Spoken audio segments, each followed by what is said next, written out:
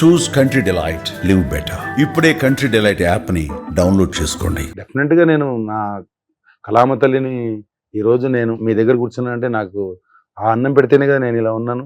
నచ్చేదని కాదు, అంటే ఇండస్ట్రీ మారింది, ఇంత ముందులా లేదంటున్నా నేను. ఇండస్ట్రీని ఎప్పుడు తప్పనొద్దు.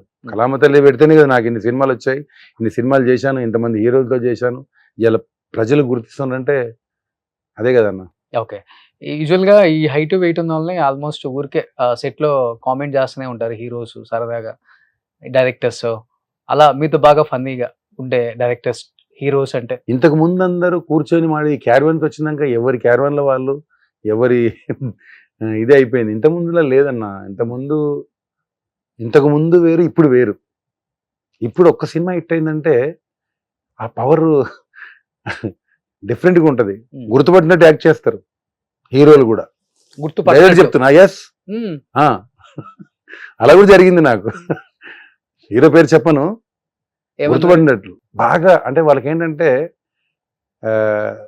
అయితే ఏంటి ఒక విపరీతమైన ఇది పెరిగిపోతుంది. ఒక్క సినిమా హిట్ అయిందంటే కథం.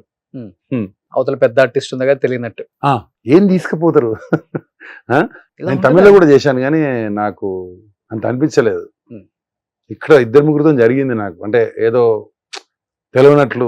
ఇప్పుడు నేను 30 ఏళ్ళ నుంచి ఇండస్ట్రీలో ఉన్నా, వెళ్ళి నమస్తే పెడితే నమస్తేని కూడా ఆయాసం వాడికి. అంటే అలా అయిపోయింది. మనం కూడా మారిపోవటం ఇంకా మారిపోవడం అంటే మనం పోకుండా అయిపోద్ది, ఏముంది. అంతే కదా.